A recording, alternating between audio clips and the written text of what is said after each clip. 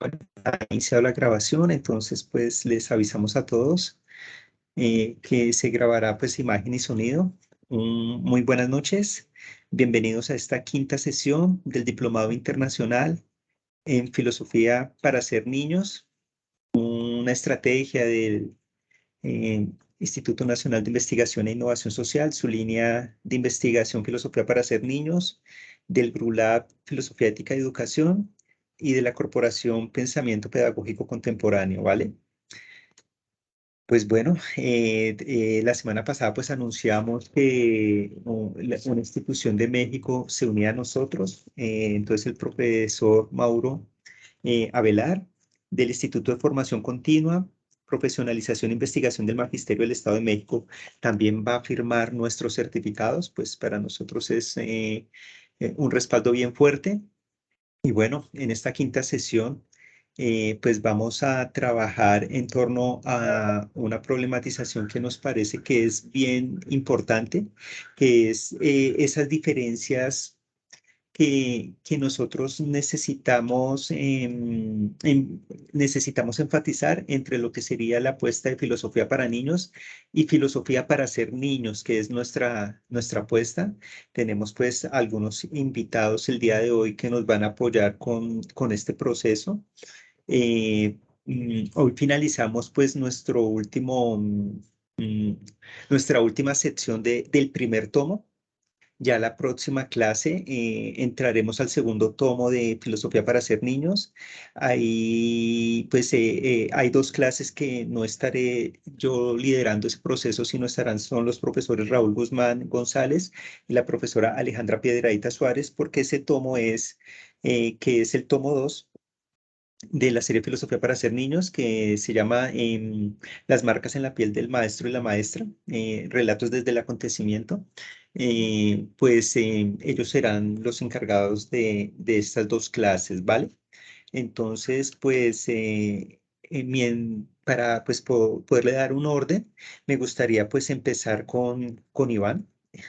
Iván lo conocieron la semana pasada, o bueno, ya lo habían visto, pero conocieron su apuesta la semana pasada. Él es el profesor Iván Orlando Caicedo Vallejo, es el director de la línea de investigación Arte y Filosofía del colectivo, e Iván hizo el epílogo del libro.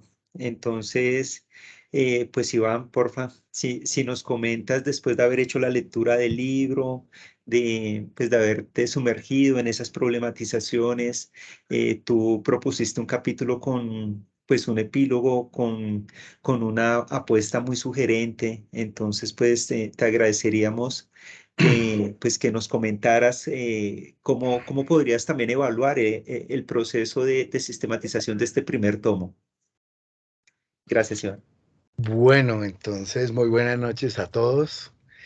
Entonces el proceso de sistematización de este primer tomo pues es bastante interesante por lo disímil de la forma como se va abordando la problemática, ¿no? La problematización, ya lo empezaba a mostrar la doctora Diana Melissa Paredes en la introducción, ¿no? En donde ella empieza a hacer un análisis de las diferentes concepciones de niño a través de la historia y eh, con haciendo alusión a las diferentes miradas al respecto de la pedagogía y niño, ¿no?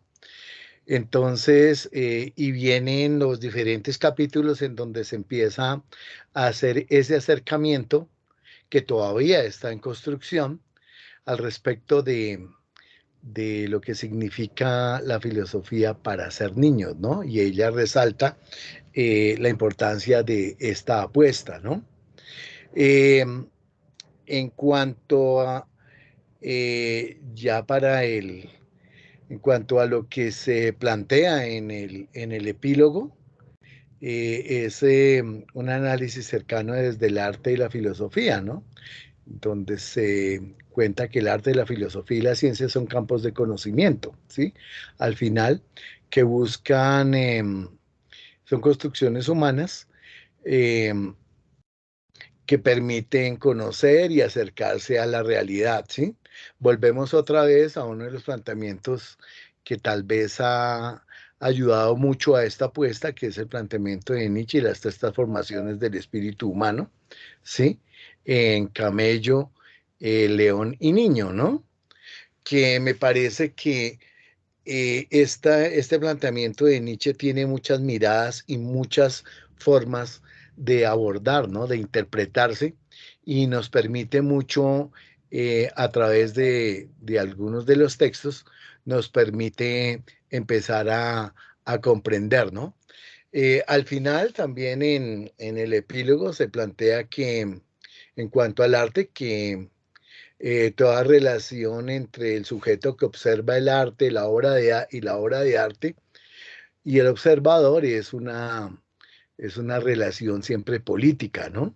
Y que lo político del arte podría estar en la posibilidad de comunicar, en la posibilidad del habla y en la posibilidad de decir, ¿sí? De poder plantear lo que es justo, lo que es injusto, poder plantear lo que es dolor, placer y sufrimiento, ¿no? Y que político también es la negación del otro, ¿sí? O sea, la posibilidad de poder negar al otro, de poder silenciarlo, ¿no?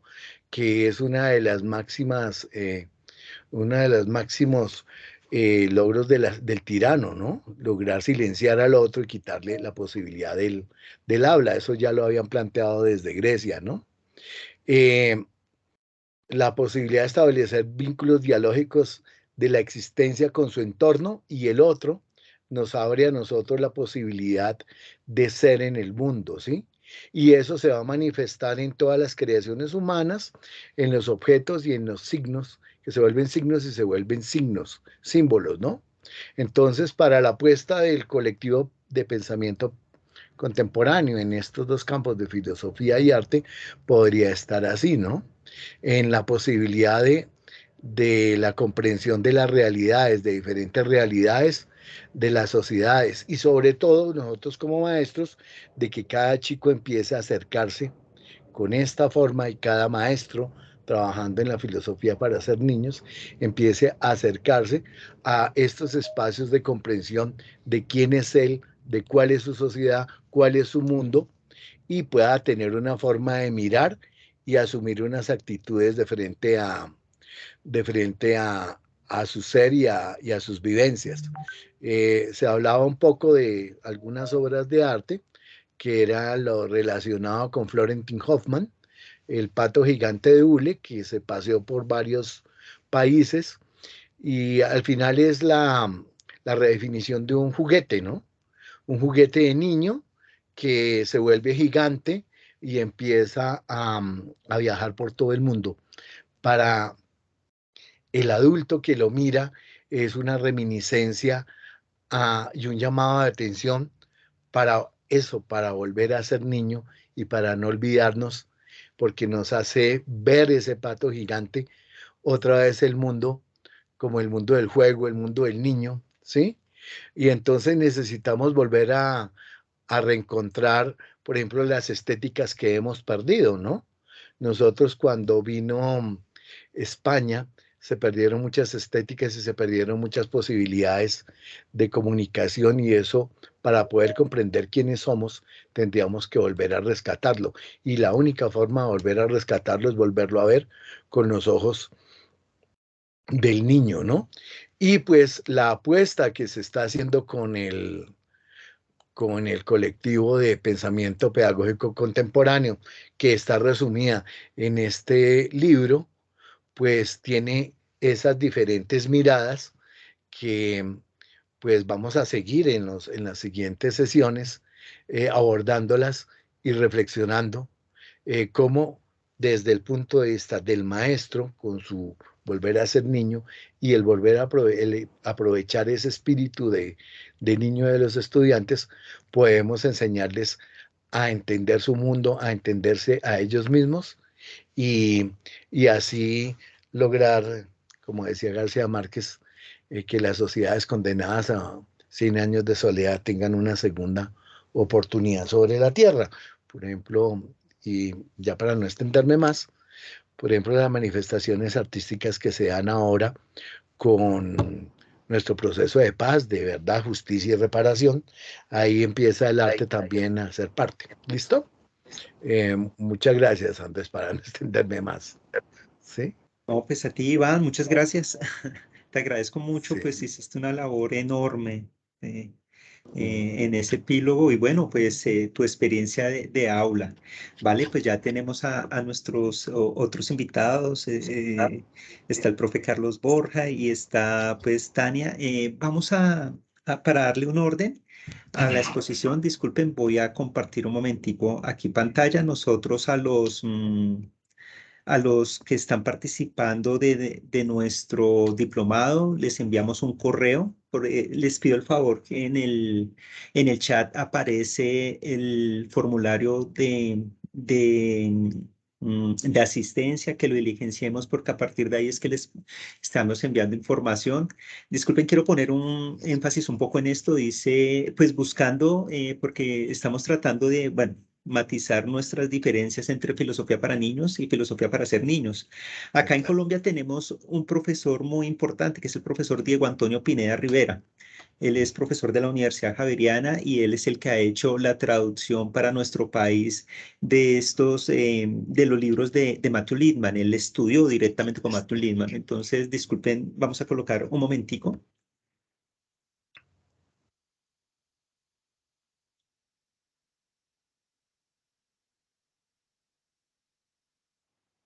Buenas tardes para todos. En esta primera presentación de filosofía para niños, voy a centrarme en la idea general de filosofía para niños como un proyecto de educación filosófica. Espero que eso, que es un proyecto y un programa de educación filosófica, quede más claro al final de mi presentación. Por ahora voy a proponer una agenda de temas que voy a tocar en los próximos minutos. En primer lugar, voy a analizar la expresión filosofía para niños, que es lo que sugiere muchas veces la expresión filosofía para niños y creo yo lo sugiere de una forma. Vale, es solo una muestra. Esto es algo que, bueno, él está trabajando, fue invitado a esta maestría. Maestría en Educación, Convención en Desarrollo de Pensamiento en Cuenca, Ecuador. Entonces, hay una serie de videos para los que quieran, pues, digamos que seguir desde la perspectiva del profesor Diego Pineda. Me parece que es muy interesante el trabajo que él nos propone a partir de ahí. Pero bueno, hoy tenemos una invitada muy especial. Esto es un diplomado internacional y bueno, gracias a la mediación del Instituto de Formación Continua, Profesionalización e Investigación del Magisterio del Estado de México, pues tenemos a una persona que es experta a nivel internacional. Incluso pues cuando hablábamos me hizo algunas precisiones y pues me gustó mucho porque pues bueno, va puliendo esos matices. Entonces, pues en este momento me gustaría invitar a la profesora Tania Rodríguez Alonso, que pudieras abrir tu cámara. Hola, Tania. Entonces, permíteme, hacemos una presentación tuya. Entonces, pues bueno, ella es originaria de la Ciudad de México, normalista rural, egresada de la Escuela Rural, licenciado, sí, Benito Juárez de Panocla, Tlaxcala, espero pronunciar bien, maestra de Ciencias de la Educación con especialidad en docencia. Es doctora en Ciencias de la Educación, integrante y coordinadora de la Red de Investigación de Investigadores Educativos de México, REDIEM, desde 2008 a 2018. Integrante del comité de organización de la Red Iberoamericana de Maestros y Maestras, Educadores, Educadoras, que hacen investigación e innovación desde la escuela y la comunidad de 2011 a 2017. Formadora de Filosofía para Niños, avalada por la Federación Mexicana de Filosofía para Niños. Ponente y tallerista en congresos, foros, simposios y encuentros a nivel estatal, nacional e internacional, con artículos publicados en revistas y libros a nivel nacional e internacional. Integrante del Comité de la Federación Mexicana de Filosofía para Niños. Maestra de grupo en escuela primaria multigrado durante 8 años, maestra de actividades culturales del Plan de Actividades Culturales de Apoyo a la Educación Primaria de 1997 a 2002, maestra de educación secundaria, facilitadora del programa de filosofía para niños desde 2012. Actualmente es asesora técnico-pedagógica de la Subjefatura Académica de la Subdirección de Educación Primaria en la Regional de Toluca, directora del Centro Educativo de Formación Filosófica, Transformador Alternativo y Lúdico, CEPTAL. Bueno, espero no haberme equivocado en alguna pronunciación, pues para nosotros es un honor que estés acá, porque, bueno, los compañeros que están invitados a debatir, pues tienen algunos capítulos en el marco. Disculpa, yo comparto un momentico mi pantalla de nuevo porque quiero enseñarte, estimada Tania, a qué es que estamos, cuál es el motivo del diplomado. Nosotros desde 2019 estuvimos trabajando y hace poco salieron a luz estos 2 libros. El primero es Filosofía para ser niños, sistematización como técnica de sí, que hoy estamos finalizando esas problematizaciones. Y la otra semana pues ya vamos a trabajar Filosofía para ser niños, relatos desde el acontecimiento, las marcas en la piel de la maestra y el maestro. Entonces, pues queremos es matizar bien nuestra apuesta. En ese sentido, Tania, pues necesitábamos una experta en filosofía para niños y bueno, eh, y con niños, o sea, tú me estás haciendo unas precisiones que para mí son muy importantes. Entonces quería, o quiero preguntarte, perdón, había pensado en 2 preguntas que te había hecho y no las tengo acá. ¿Dónde las escribí? Bueno, acá tengo son las preguntas de Carlitos, pero, es que las escribí fue en tu chat, perdón. Ahora sí. Entonces, que nos digas qué es filosofía para con niños y que las diferencias de esta filosofía con niños. Y la otra, pues, que nos hables un poco, pues, de la institución que tú representas, porque, pues, así como tenemos en Colombia, por ejemplo, la Universidad Javeriana, con el profesor Diego Pineda, tenemos la Uniminuto, que es donde trabaja nuestra amiga María Isabel, y ahí está, pues, los profes de, sobre todo creo que es Oscar, si no estoy mal, Oscar o Andrés, recuerdo que se llama el Víctor profe. Andrés Rojas. Él, Oscar Andrés Claro, Roja, lo que conozco, pues buen amigo. es un profe muy importante en esta problematización. Y estaría, por ejemplo, en la UPTC, Universidad Pedagógica y Tecnológica de Colombia, que está la línea de filosofía e infancia. De pronto has escuchado pues, de los profes Oscar Pulido, Oscar Espinel, que ellos estaban trabajando esta problematización. Entonces, para nosotros es importante que podamos ver las diferencias y bueno, los puntos de encuentro. Y bueno, bienvenida, estimada Tania. Muchas gracias por aceptar esta invitación y bueno, tienes el tiempo para ti. Ay, muchas gracias, muchas gracias. Ay, disculpen el tono de voz, ando aquí recuperándome de COVID, porque aunque no lo crean, todavía tenemos COVID aquí en México y nos dio bastante duro. Yo tengo una presentación, pero también tengo un problema con Teams. Entonces, no sé si se logre ver a través de mi teléfono. Permítanme ver, ay, si se puede, como para dentro, porque estoy con el teléfono, pero no me puedo conectar con la computadora. Digo, como para precisar un poquito más. No sé si ahí está. ¿Se ve? Déjenme apagar esta luz. Sí se Aquí. alcanza a ver. Qué chévere. A ver, permítanme. A ver, ahí se ve. Voy a apagar la otra luz. Creo que Sí, ahí sí, se ve sí, sí mejor, se ¿verdad? ve. Sí, ahí Bien. vemos. Sí, digo, para entonces irles explicando de qué va esto de filosofía para niños. Bueno, es que acabo de participar en el congreso organizado por la UNAC. Y bueno, a ver, filosofía para niños, y me dijo que hablara un poquito acerca de las instituciones, ya me presentaron. Yo soy directora de CEPTAL. ¿Qué es CEPTAL? Aquí, lo voy a enfocar un poquito. Tania, qué pena contigo. De CEPTAL, pronto si lo colocas de lado para que cubra más la pantalla, tu am, celular. ¿Sí Ah, lo ya, podría? así. No, pero, no, sí, sí, sí, así. Pero entonces ¿Así? tendrías que alejarlo un ¿Así se poquito. ve mejor? Usted dígame. Sí, yo diría que sí, pero aléjalo un poquito, disculpa. Bueno, es que yo lo acerqué al logo, Vale. nada más, Perfecto. como Sí, para así yo explicar, veo sí. mejor. Dale. Bueno, digo así como para explicarles el logo. Bien, CEFTAL es un centro educativo de formación filosófica, transformador, alternativo y lúdico, del cual soy directora y fundadora. Estamos nosotros trabajando con lo que es el programa de filosofía para niños desde el enfoque de Littman y Sharp, porque esa es mi formación. O sea, y ahorita lo preciso en la cuestión de las diferencias en cuanto a qué es filosofía para niños y filosofía con niños. Yo soy integrante, miembro de la Federación Mexicana de Filosofía para Niños, así que soy formadora de filosofía para niños avalada por la federación. Entonces, cuando yo les digo, bueno, o más bien, ¿por qué me dicen, ¿por qué filosofía? Yo siempre les respondo, ¿y por qué no?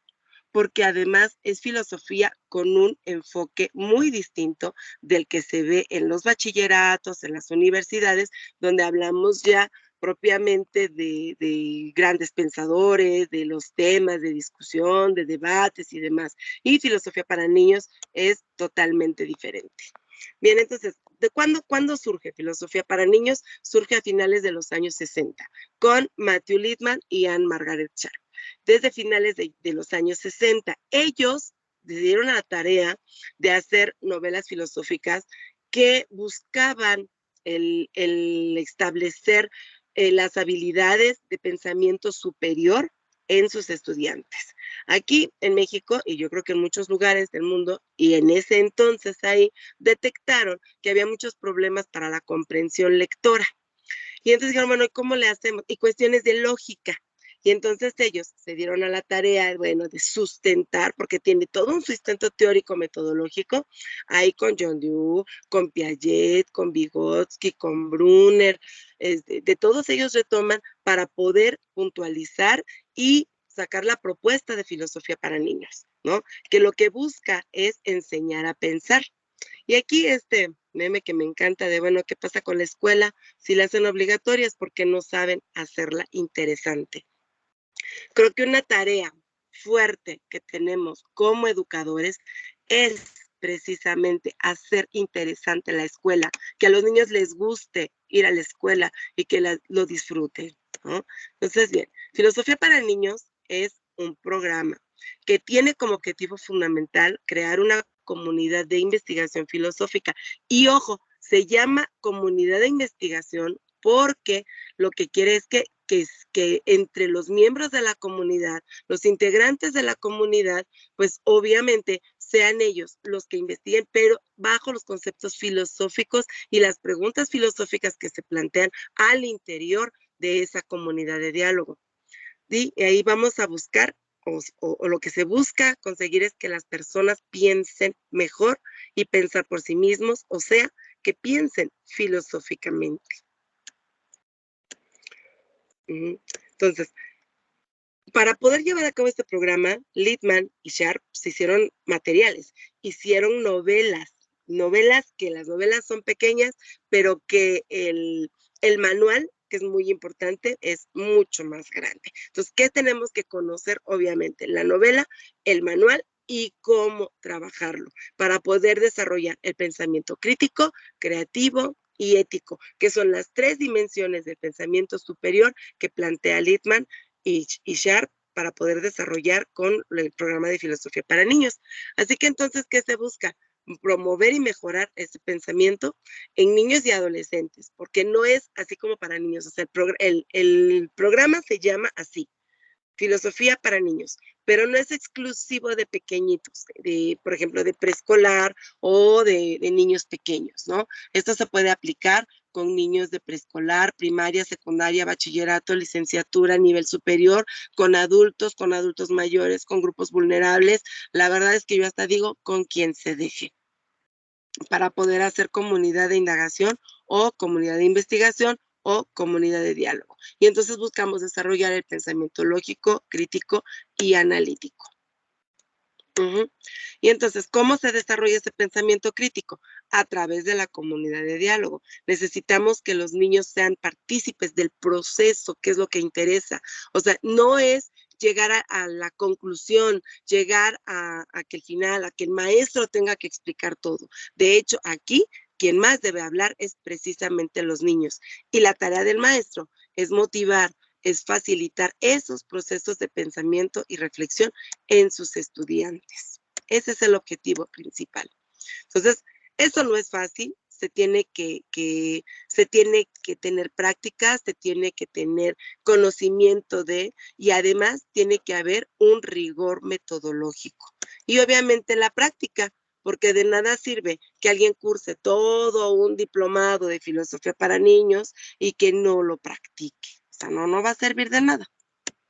Bueno, sí, como conocimiento general, pero pues no como práctica con los niños, ¿no? Ahora, ¿qué es la comunidad de diálogo? Esta es una metodología que surge del interés de la comunidad. La gran diferencia que tiene con las clases las clases, ay, ¿qué está pasando aquí? Las clases con los niños es que el maestro es el que elige los temas y que tenemos que atender a los planes y programas y a lo que nos marcan las autoridades para poder desarrollar en clases. Y aquí es diferente, porque aquí surge del interés de la comunidad, o sea, de lo que les interese a los niños para poder hablar ellos, para poder discutir ellos y poder proponer además, ¿no? Entonces, conforme se va haciendo la práctica, pues obviamente ellos se vuelven activos, porque eso no es pasivo. Ellos se vuelven activos y van siendo pues mejores partícipes porque sus preguntas se van haciendo filosóficas y sus respuestas también se van haciendo filosóficas. Entonces necesitamos rigor intelectual, el maestro no puede llegar a improvisar, no puede decir vamos a hacer comunidad de diálogo y ahí los dejo, que se pongan a platicar y ya lo hicimos. O sea, no. Tiene que tener un rigor metodológico y un rigor intelectual. Entonces necesitamos que se busquen pruebas para fundamentar las afirmaciones, que se clarifique exactamente qué es lo que quiere saber el niño, qué es lo que está preguntando. Voy a hacer alusión a un chiste aquí, que un niño llega y pregunta, ¿qué es pene? Y el papá se enoja y lo regaña y le dice, niño grosero, mal pensado y demás. Vete con tu mamá que te explique. Ahí va con la mamá. Y la mamá, pues, no, a ver, ¿cómo que quieres saber eso? Tú estás muy chiquito. No. Ve a ver quién te dice. Y anda preguntando el niño hasta que llega con la abuelita y le dice, abuelita, ¿qué es pene? Y ya la abuelita, ay, mijito, es esa parte de tu cuerpo que te diferencia, bla, bla, bla. Le explica. Y al final le pregunta, ¿por qué quieres saber? Y dice, pues es que ahí adentro están rezando y dicen que para que su alma no pene. Y entonces, pues uno se plantea, ¿para qué tanto el pobre niño preguntando? Si le hubieran preguntado desde un principio por qué quería saber, pues obviamente no se dan esas confusiones. Entonces, eso es muy importante y eso se enseña en filosofía para niños. Sí, que se indaguen los supuestos, las implicancias, que se fundamenten esos supuestos. Es necesario que los niños aprendan a argumentar y a fundamentar. Algo que es muy importante es sentarse en círculo, ¿sí? Definitivamente se tienen que sentar en círculo para que puedan verse entre ellos y para ser visibles. Y obviamente, pues adaptar los espacios de acuerdo a la cantidad de participantes. Aquí en estas dos fotos pudiera pensarse que son dos momentos diferentes y no. A mí me invitaron a dar un taller que era para 30 niños y resulta que resultaron 150, entre niños de primaria, secundaria y padres de familia. Y yo, qué conflicto, pero pues lo logramos, ¿sí? Lo logramos porque se pudo hacer. Ahí con todos los asistentes hicimos comunidad, algo muy importante. Si ustedes observan aquí, estos son los nombres, porque si es necesario que en la comunidad se les llame por su nombre o como quieran ser llamados, ¿no? Y estos son mis pequeños de un grupo de primaria.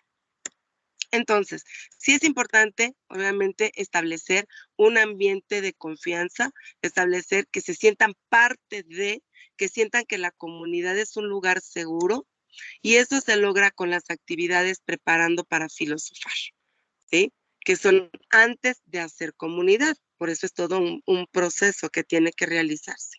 Bien, entonces, los niños se vuelven más analíticos, más críticos, más reflexivos. Aquí estoy hablando de las destrezas o habilidades de pensamiento superior que se busca desarrollar con la comunidad de diálogo. Entonces son de indagación y cuestionamiento, lo que es hacer buenas preguntas, de formación de conceptos, que nos lleva a los conceptos filosóficos, de interpretación o traducción, que nos da la búsqueda del sentido, de argumentación, que nos da razonamiento lógico formal y la lógica informal. Y estos son ejemplos de algunas de las preguntas hechas por mis alumnitos. Las leo, ¿no? Aquí preguntan, por ejemplo, ¿por qué quieres ser alguien? Y esta es una pregunta planteada por niños de segundo grado después de trabajar con la novela de Elfi, ¿sí? Después viene esta pregunta, ¿por qué se hace preguntas a ella misma y qué se siente ser humillado? Y créanme que estas preguntas hechas por niños de 7 años obviamente quedan mucho que pensar. Unas comunidades de diálogo muy interesantes, muy ricas que se dieron en ese momento con esos pequeños. Ay, aquí me regreso. Entonces, los chicos, pues obviamente conforme van desarrollando la práctica, van mejorando sus preguntas. Las van haciendo más fluidas, las van haciendo más originales y obviamente más filosóficas. Acá estas preguntas de cómo se llamaba la muñeca de la niña, por qué los muñecos hablan, por qué se gritaron, estas preguntas no tienen la profundidad de las anteriores. Y estas preguntas fueron las primeras que se hicieron en nuestras comunidades de diálogo. Entonces, ahí se ve la diferencia, que a través de la práctica los niños empezaron a dar unas preguntas más filosóficas. Esta es una tabla, probablemente no se ve muy bien, pero esta es una tabla con todas las habilidades de pensamiento que se busca desarrollar en el desarrollo, bueno, en el transcurso de las comunidades de diálogo. Y bueno, pues a ver, cuando una persona pregunta, pues obviamente es porque quiere saber. ¿Sigo ahí en la reunión? ¿Alguien me puede decir si sigo en la reunión? Sí, sí, Tania, estamos ¿Sí muy están viendo mi atentos. pantalla?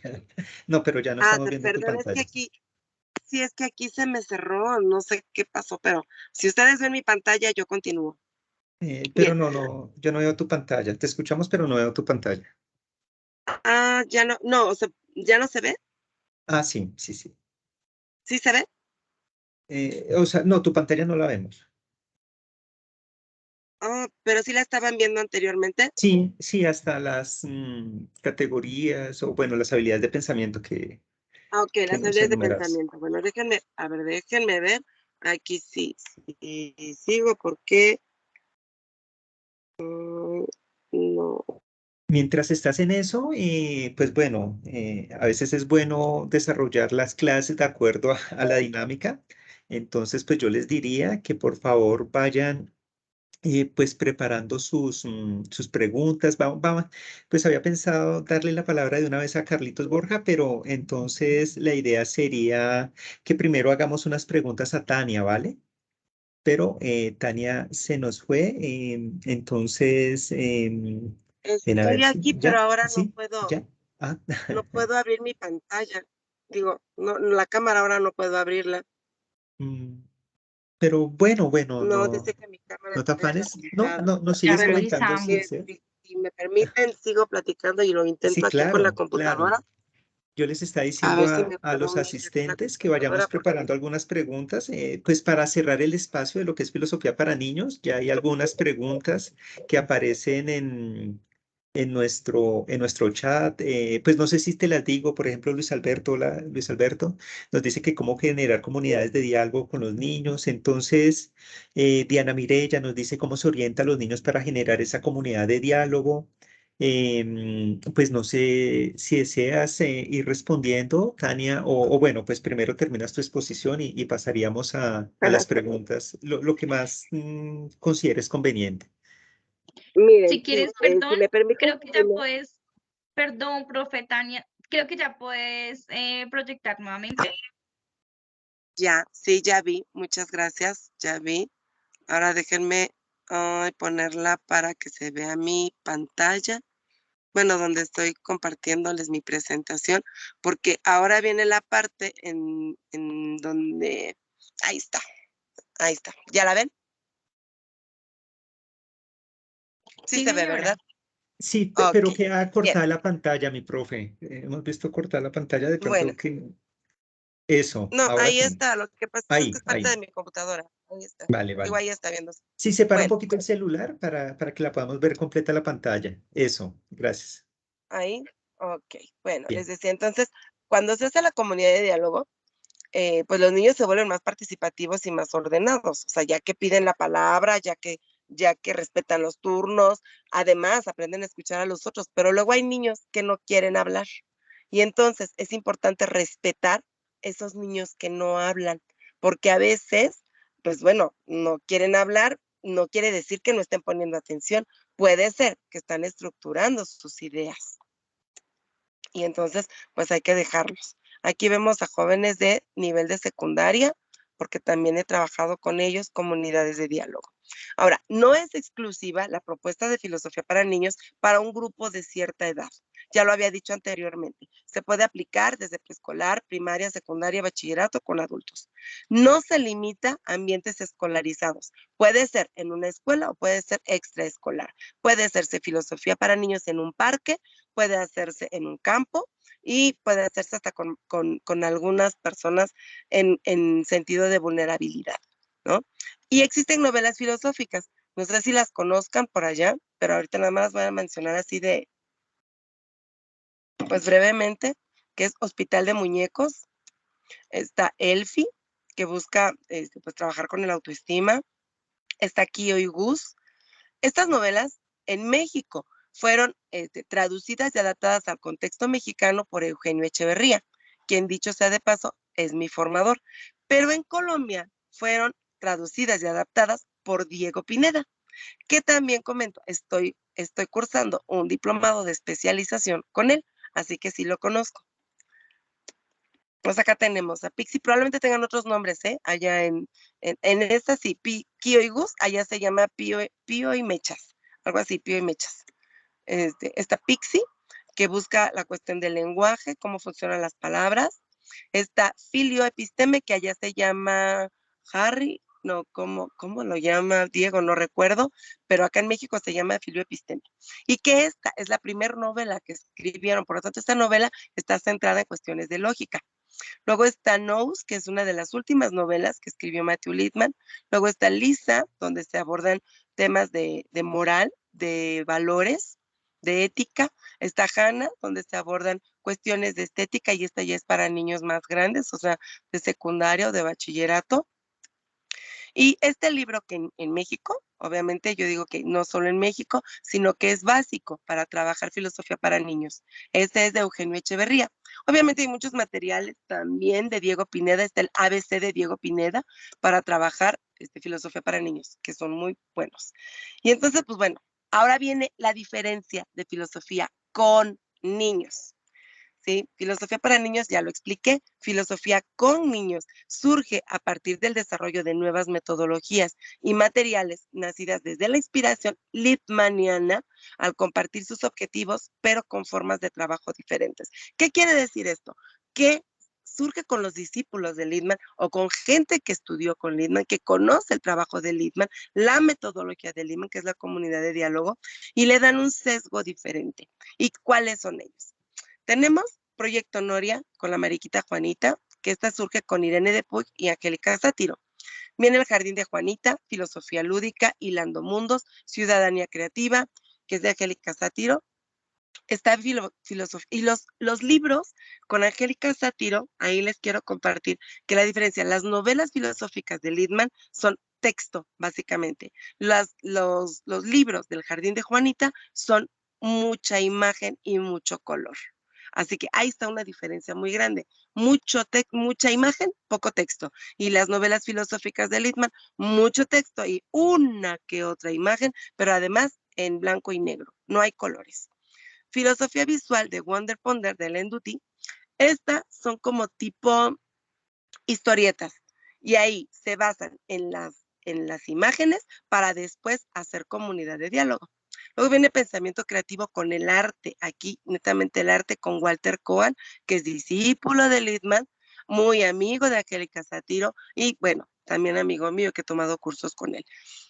Él tiene una propuesta también muy interesante, él hizo una antología de Preparándose para Filosofar, con actividades que son secuenciadas, que nos va a permitir preparar a los niños para poder hacer comunidad de diálogo.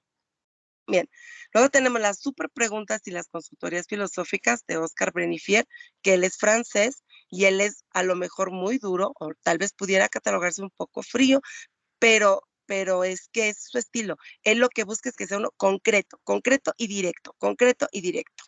Después viene Construcción de Cuentos Filosóficos, que es el proyecto Boecio, con José Barrientos, él es español, pero también trabaja comunidad de diálogo. O sea, todos ellos hacen comunidad de diálogo. Nada más, la diferencia es el punto de partida, de dónde salen, ¿no? Esa es la diferencia. Y aquí pues estoy con mis estudiantes haciendo comunidad de diálogo. Y pues esto sería pues mi participación con ustedes. Aquí están mis datos por si alguien me quiere contactar o alguien quiere que les amplíe sus dudas. No, si alguien quiere que les amplíe sus preguntas. ¿Sí? Maestra Tania, bueno, en primer lugar, muchas gracias. Sí. Si puedes compartir tus datos por el chat para que nos quede un poco más fácil, te agradecería mucho. Claro que sí. Y bueno, Sí, pues claro. para comentarles a los profes que se han conectado recientemente a nuestra clase, pues hoy estamos analizando las diferencias entre nuestro proyecto de filosofía para ser niños con el proyecto de filosofía para niños y con niños. La maestra Tania nos ha ilustrado y nos ha hecho unas precisiones excelentes. Ella nos acompaña desde México, es experta en estas problematizaciones. Y bueno, pues si alguien desea, pues voy a leer primero las que están en el chat. Y Ok. bueno, si alguien desea, les recuerdo que esta clase se está grabando. Entonces, pues si participamos, pues luego apareceremos en el video, pero pues creo que no hay ningún problema. Podríamos abrir cámara, micrófono, pero bueno, pero aparecen las siguientes preguntas de Luis Alberto Gómez. Entonces, ¿cómo generar comunidades de diálogos con los niños? Esa es una pregunta. La otra es como de Diana Mirella. eh, ¿Cómo se orienta a los niños para generar la comunidad de diálogo? Tenemos una tercera pregunta, es cómo enseñar la noción de comprensión en las comunidades de diálogo, que es de Alexander, de Carlos Alberto.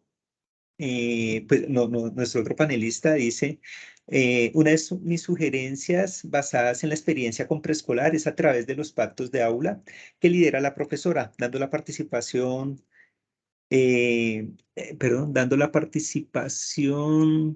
me perdí. Ah, sí, de los infantes en el establecimiento de los acuerdos convivenciales, comportamentales, socioemocionales, etcétera, a comienzo de año, incluso con categorías que ya tienen en su vocabulario y las logran conceptualizar ya desde su pensamiento crítico a la corta edad. Entonces, sí, entonces Carlos nos pide el favor que compartas tus datos en el chat, para que Claro, claro. puedas, bueno, entrar en contacto contigo. Tenemos dos preguntas más de Héctor. ¿Qué estrategias pedagógicas hay que tener en cuenta para lograr la atención y participación de los niños? Y una pregunta final es de Susana. ¿Qué tan fácil los niños de preescolar pueden aprender a argumentar y a fundamentar? Entonces, pues son muchas preguntas, pero pues creo que Sí, las podrías pero articular. Gracias. claro que sí.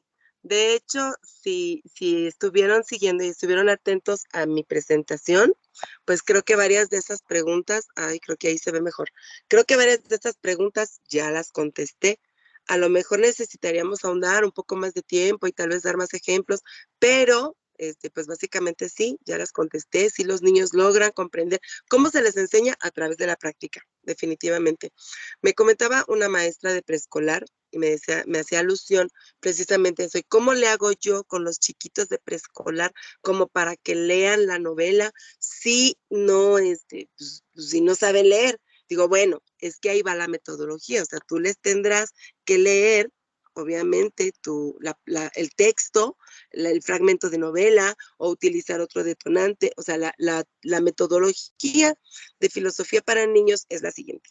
Se da un detonante que puede ser un fragmento de novela o que puede ser un video, un audio, una pintura, un momento incluso, ¿sí? Yo recuerdo hace un año, cuando empezó la guerra de Ucrania con Rusia, era un tema, era un tema que a lo mejor todo el mundo estaba hablando del tema, o quiero pensar que todo el mundo hablaba del tema, pero un tema que nada más por hablar un poquito de la guerra, y eso nos daba para poder hacer una comunidad de diálogo.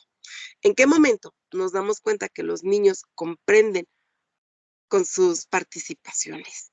Eso es definitivo. Con las participaciones de los niños nos vamos a dar cuenta si comprendieron, aunque sean muy pequeñitos, ¿sí? Apenas y empiezan a hablar, y yo creo que ya podemos hacer filosofía para niños con esos pequeños, ¿no? No sé si queda claro la cuestión de las preguntas que me hicieron. Sí, pues maestra, no, yo estoy muy agradecido, muy contento contigo, por, pues, bueno, la explicación que nos hace. Yo te pediría a medida que vamos avanzando, no te nos vayas a ir de la clase.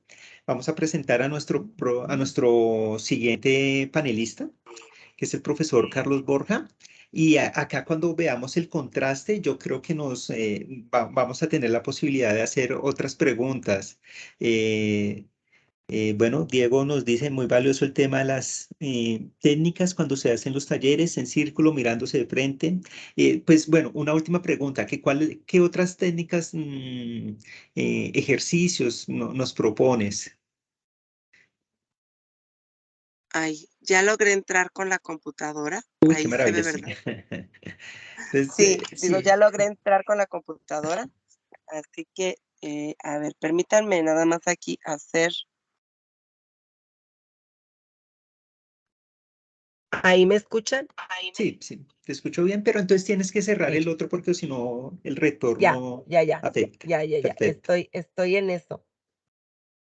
Sí, a ver, bueno. Pues, mm.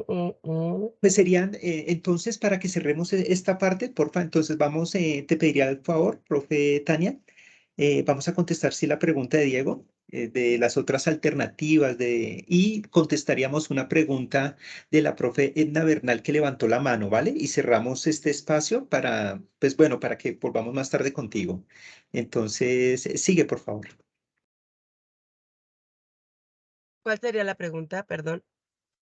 Vale, entonces te la repito nuevamente como la redactó Diego, dice, muy valioso el tema de las técnicas cuando se hacen los talleres, bueno, en círculo mirándose de frente, ¿cuáles más? Pregunta él, Ah, ¿qué otras ya la técnicas tengo, ya la tendrías? tengo aquí. Sí, de hecho ya la Vale, tengo aquí, ya la estoy leyendo. Miren, la metodología tiene que ser en círculo. O sea, eso es definitivo. ¿Por qué? ¿Por qué sentarse en círculo? Porque cuando estamos sentados en círculo, nos vemos entre todos. Porque además, sentarse en círculo compromete, ¿no? O sea, no es lo mismo, o sea, a lo mejor pudiéramos decir es que se sienten en filas. Uno se adapta a los espacios, definitivamente, pero la idea es que se sienten en círculo. O sea, esa es una propuesta. Y si ustedes, si a usted ahorita pusiera, por ejemplo, la foto tan famosa de Littman con los niños, están en círculo. Pudiera ser no el círculo exacto, pero ¿cuál es el objetivo? Es vernos, porque es para hacerse visibles, para ser escuchados, para poder ser vistos. Y eso obviamente tiene que ser el círculo. O sea, no sé, al decirme con otras técnicas cuando se hacen los talleres, o sea, estaba yo mencionando cuál es la dinámica. Se da el detonante, después se hacen pequeños grupitos para que planteen sus preguntas. Entonces hacen sus preguntas y esas preguntas se tienen que compartir con todos, ya sea que se escriban en una hoja y se pegan las hojas, ya sea que se escriban en el pizarrón o ya sea que se escriban en un papel bond, en lo que tengan a la mano, pero que las preguntas sean visibles y que los que hacen las preguntas escriban sus nombres para que después se apropien, ¿no? Y ya después se somete a votación. A ver, bueno, vamos a votar. Y ya el maestro, pues el facilitador de la comunidad, él va a elegir, a ver, pues bueno, o más bien va a decir, pueden votar las veces que quieran, pueden votar 2 veces, pueden votar 3 veces o pueden votar una sola vez. Pero el chiste ahí en votar es que los niños visualizan las preguntas y al principio Casi todos quieren que sea su pregunta la que sea la elegida para hacer comunidad, pero a medida que van avanzando, que los niños van madurando, ya dicen, no, pues sí, mi pregunta pues está bien, pero ya vi que tiene errores y me gusta más esta pregunta, voto por esta pregunta. Y entonces los niños aprenden a distinguir, los niños aprenden a clarificar, los niños van avanzando y entonces ya ellos argumentan. Y lo que es más, ellos cuestionan. Las mamis de mis niños me decían, maestra, ¿qué está haciendo con los niños? Yo, ¿por qué? Pues es que ya son bien preguntones. O sea, todo quieren saber, todo quieren conocer, quieren el argumento y que por qué y esto y convénceme. Y bueno, y yo les decía, ¿y eso es malo? No, maestra, pero es que eso me ha obligado a mí a que tengo que investigar o que tengo que leer para poderles responder a mis niños. Y entonces yo me dije, creo que voy por buen camino, estoy haciendo bien, ¿no? Entonces, a veces le tienen miedo, o sea, cuando saben de qué se trata, qué vamos a hacer con los niños, le tienen miedo. Y no se trata de que le tengamos miedo, se trata de provocar, de motivar, de hacer que los niños piensen, que los niños se animen y la verdad, honestamente, cuando hacemos comunidad son unos y cuando están en las clases cotidianas son otros. Gracias, Tania. Un comentario de Carlos Alberto. He visto que recomiendan las narrativas transmediadas, narraciones orales, historias, cuentos, anécdotas, la gamificación y el arte a través, sobre todo, de la pintura, dibujos y el modelamiento con materiales blandos, plastilina, arcilla. Vale, entonces, bueno, Diego te da las gracias y bueno, hay una participación que la quieren hacer directamente, un interrogante o una apreciación. Entonces, Edna, porfa.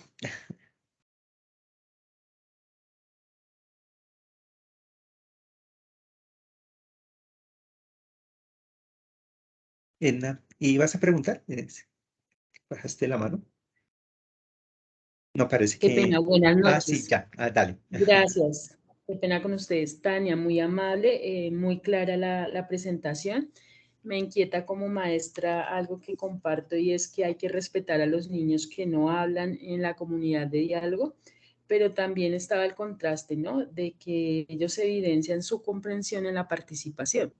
Entonces tengo mis propias estrategias, por ejemplo, el diálogo individual, la participación escrita o artística, pero me preguntaba cuáles serían las de Tania, las de ustedes en general, y también como con qué cantidad se puede llegar a lograr esa comunidad de habla, con qué cantidad de estudiantes en aula, por favor. Bien, yo he tenido grupos de clase cotidiana, digamos, de hasta 36 niños, con los cuales he podido hacer comunidad. Si vieron en la última foto que les puse, el grupo era numeroso. Sin embargo, si me dicen, ¿cuál es la cantidad mínima con la que puedes hacer comunidad de diálogo? Pues yo diría que con uno. Si es uno nada más, pues hacemos preguntas y planteamos, el objetivo es el diálogo. La metodología es la comunidad de diálogo. Por lo tanto, haciendo comunidad de diálogo, pues obviamente ya los niños tienen el don de la palabra, ¿no? ¿Y qué están haciendo? Pues están ellos ya pensando y pensando filosóficamente. Una cantidad máxima. Híjoles, les voy a compartir. Me invitaron a dar un taller en línea cuando estábamos en pandemia y entonces yo les dije, pues bueno, a ver, hagamos un taller de filosofía para niños. Si mi plataforma de Zoom me deja nada más para 25, porque yo los pueda ver a todos, porque es importante eso, el contacto visual, uno tiene que adaptarse a todo. Entonces, hagamos para 25 niños y pues bueno, lo transmitieron por Facebook Live. Entonces digo, bueno, pues se está transmitiendo, entonces, pues 25 aquí en sala, me dejan salas para poder hacer equipos, para que ellos dialoguen, porque eso es lo que yo hacía en pandemia, ¿no? Con mis niños. Pues, ¿qué creen? Me abrieron la sala de Zoom para 1000 gentes. Y se estaba transmitiendo en vivo en Facebook Live. Teníamos como unas 600, 800 gentes también conectadas en Facebook. No me abrieron las salas para hacer equipos. Y entonces como yo les di una asesoría a los maestros previa a ese taller para que prepararan a los niños que íbamos a utilizar Mentimeter, que íbamos a utilizar Padlet, porque es donde ellos escribieron sus preguntas para que pudiéramos tener esa interacción con ellos. Algunos lo hicieron de manera muy propia, algunos no. Entonces, estábamos en vivo. Yo no podía decir, pues a ver, córtenle y volvemos a empezar. O sea, no, yo tenía que darle salida. Y sí le di salida. Entonces, como el taller era, en ese entonces yo planteé un taller de filosofarte, que era conjuntar filosofía para niños con arte. Y entonces, pues lo que se hizo fue que hicimos la comunidad, hicieron sus preguntas, no se logró a lo mejor, porque sí hablaron, sí participaron, no se logró propiamente como una comunidad, pues por lo que ya les acabo de contar, ¿no? Porque era un mundo de gente. Sin embargo, se hizo, o sea, que hicieron sus preguntas, sí se plantearon, los niños trabajaron con ellas y al final hicieron su producción artística donde yo no les exigí que fuera un solo material, yo lo dejé en total libertad y ellos tenían que expresar su sentir de acuerdo a lo que habíamos vivido en esa comunidad de diálogo. A la fecha, pues tengo el Padlet, todavía está ahí, están todas las preguntas que, bueno, si tuviéramos más tiempo, a lo mejor se las compartiría, pero bueno, sí, o sea que sí se puede. Un mínimo ideal para que todos se vean sería de acuerdo al espacio que tengan, no sé, 20 personas, 25 personas, y el espacio se adapta. Si tengo 6 niños nada más, bueno, junto 2 mesas o una sola mesa para que todos puedan verse en círculo. Pero si tengo 30, bueno, pues entonces las hago más grandes para que pueda yo tener el espacio para que todos puedan estar sentados. Si no se puede que estemos sentados, pues nos sentamos en el suelo o nos salimos con nuestra sillita. El chiste es que tengamos esa forma de circular para que puedan ellos hacer comunidad de diálogo y puedan, vuelvo al punto, ser visibles. Maestra Tania, muy agradecido contigo. Más adelante vamos a tener una ronda de preguntas, entonces para Mario, que está haciendo una pregunta en el chat, pero les pediría el favor que hiciéramos un corte acá, pues para presentar a nuestro otro panelista y luego pues volver con Tania, ¿vale? Entonces, Carlitos, porfa, si abres tu cámara, te agradezco mucho.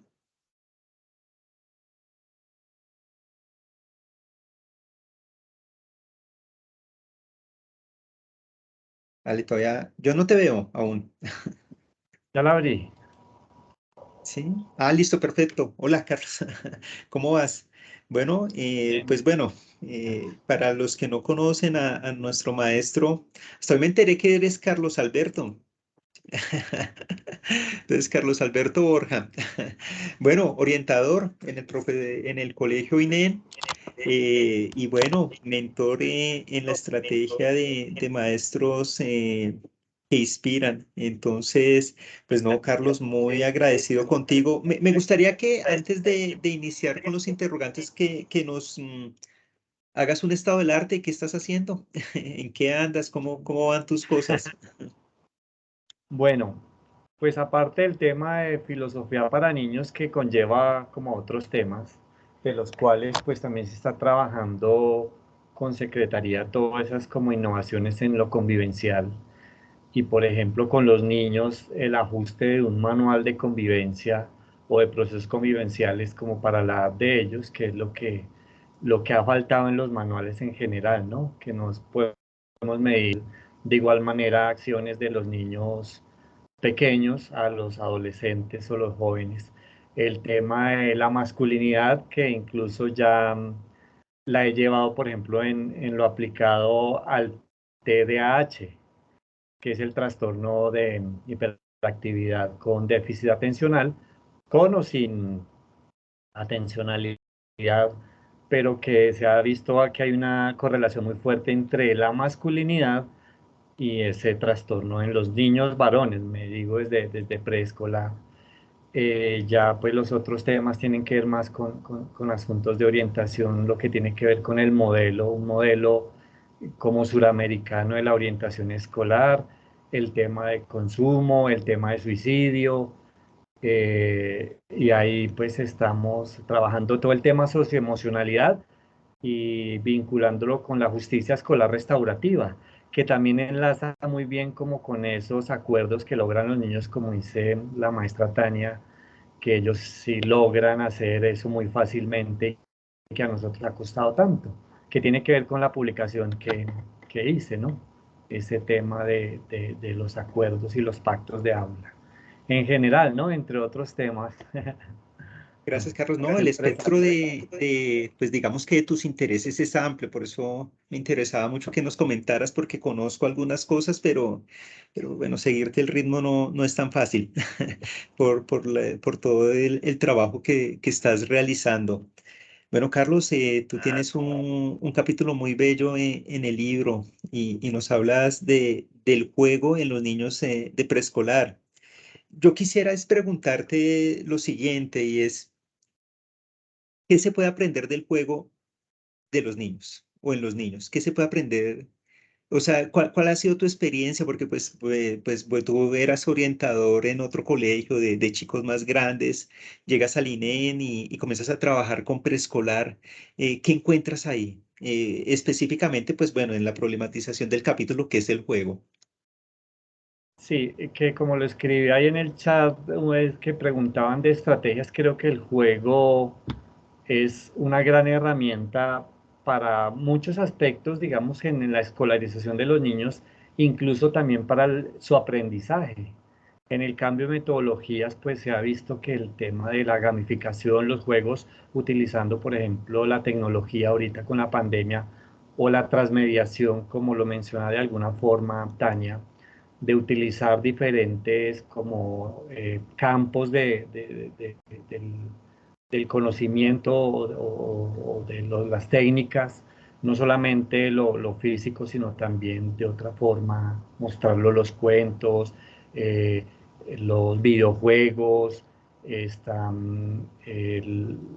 los juguetes, todo eso, digamos que dentro del juego de los niños sirve para que ellos no solamente exploren, digamos que exploren su contexto y empiecen a entender la realidad de alguna forma, y en lo que tiene que ver con los adultos, es el hecho que los niños, cuando van a jugar, que uno los ve jugando, ellos crean sus reglas, crean sus acuerdos, se sepan o no el juego, empiezan a jugar y entre todos, digamos, haciendo el ejercicio de que como comunidad ellos se reúnen y comienzan a decir, bueno, vamos a jugar y de una vez establecen qué se puede hacer y qué no se puede hacer en un juego, el que sea ellos, porque ellos tienen mucho ingenio y creatividad para crear juegos. Entonces hacen unos acuerdos, establecen como unas normas en el juego y la respetan.